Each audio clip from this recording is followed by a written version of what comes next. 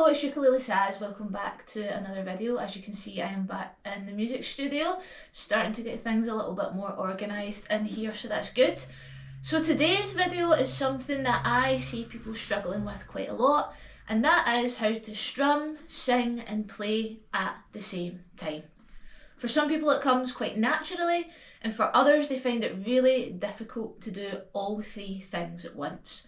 So what I'm going to do today is break those things down, explain what exactly those things are, and hopefully give you a couple of different methods that you can try to be able to strum, sing and play to your heart's content and really enjoy your performances in your jam groups and when you play solo at home as well. So let's get started. If you like this video, don't forget to give it a little like. You can also subscribe to my YouTube channel so that you'll get updated weekly whenever I release a new video. And if you really like my stuff, you can join me on BuyMeCoffee, you can join the Tab Shack, you can join the Jam Hut, where you'll get access to all of my online lesson materials, you'll get to join me live monthly on my group lesson, plus much more as well. So don't forget to check that out. Okay, so many of us love to be able to play, and we love to be able to sing at the same time. And often I see, as a jam group leader and in my classes, I see people normally do two things. I can see them normally strumming away, singing their heart out, but the strumming is very aimless. Or I see people really concentrated in their song sheets, focusing on the chords, focusing on the strumming so much that they don't know how to sing at the same time. Normally people tend to fall into one of these categories, so have a little think and see which category you fall into. If you think about it, you're extreme multitasking, because when you do strumming and singing and playing, you're actually doing 3 or 4 things, probably 4 or 5 things at once. But there are 3 main things that we do at the same time. The first one is playing our chords, getting the shapes, getting the movement, getting a little bit of muscle memory, especially if it's a shape we don't know. The second is the strumming pattern. Is there a specific strumming pattern to the song? Is it just a continual strum the full way through? Does it change throughout the song? And then there are the words. The words that you're reading from the song sheet or that you know in your head. So there's a lot going on. The fourth layer is when you're playing alongside everybody else and have to keep up with the momentum of the group. So if you really think about it, you're pretty much extreme multitasking. You're doing multiple things at the one time. And we often think that when we see a song in front of us, that we should be able to play that perfect from start to finish straight away. But how can we expect ourselves to do that when, in fact, a lot of the people, the artists and bands that have written these songs have probably taken a long time themselves to practice each little bit and broken each little thing down? How can we expect to play around with new chord shapes and learn the words to a song and do a strumming pattern that we're not comfortable with and expect that all to happen all together? Because it's really difficult for us to concentrate on more than one thing at once. And that's why the breakdown that I'm about to show you and the method I'm about to show you will hopefully give you a little bit more confidence in being able to strum and sing at the same time. So the method I'm going to show you is the 1, 2, 3, and it's as simple as that. We start by focusing on one thing at a time, whether that be the chords and the chord shapes. C, G, F, C. C, G, F, C. We'll use one song as an example. So I've got the chords. Okay. I'm comfortable with that. They seem pretty good. C, G and F's I'm quite comfortable with. If there's a new chord, it might take a little bit longer. Secondly, we've got the strumming pattern, which goes, I'm just going to do it on one chord so that I can focus on this hand. So we've got the chords, now the strumming pattern. So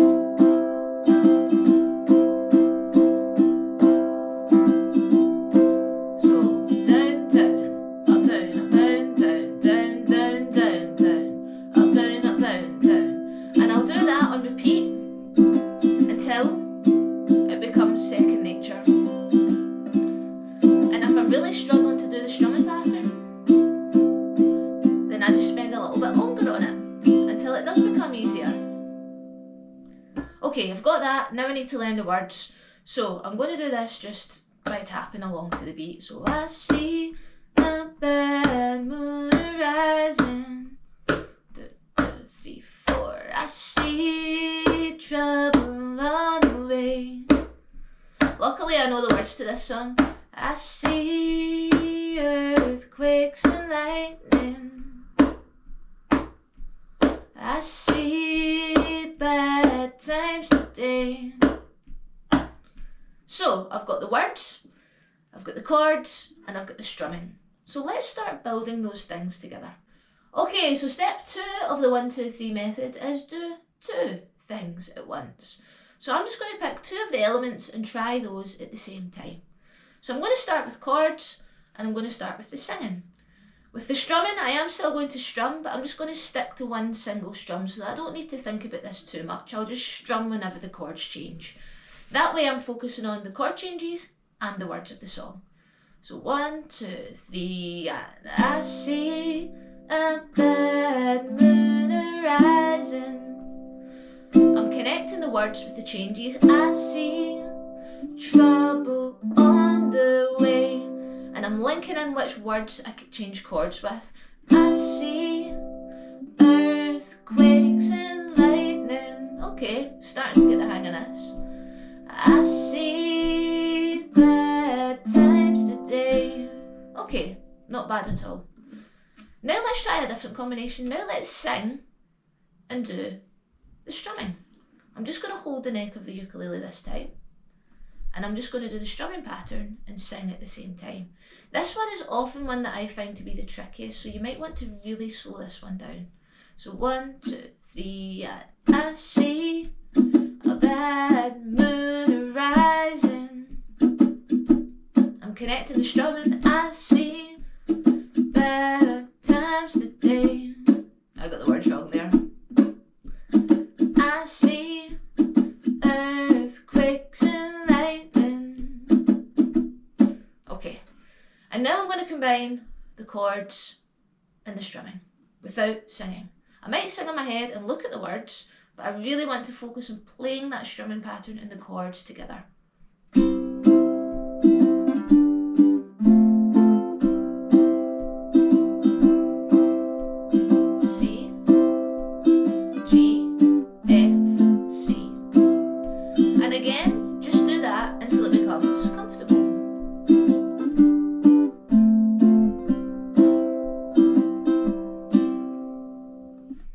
And those are our 2 things to try at once: chords and singing, singing and strumming, and chords and strumming. This allows us to really build things up at a nice gradual level without putting too much pressure on ourselves to normally do too many things at once. What I often find is when you do try and do the 3 things at once, something is going to go out the window.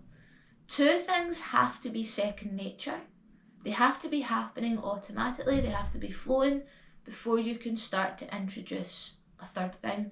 Because as soon as you start introducing a 3rd thing, you're then having to think about something else. And it's really difficult to think about the words of a song that you're not familiar with and the strumming at the same time. It's really, really tricky. Once you feel as though 2 things are totally second nature, they totally flow, and you're really comfortable with them, then you can start introducing that 3rd element.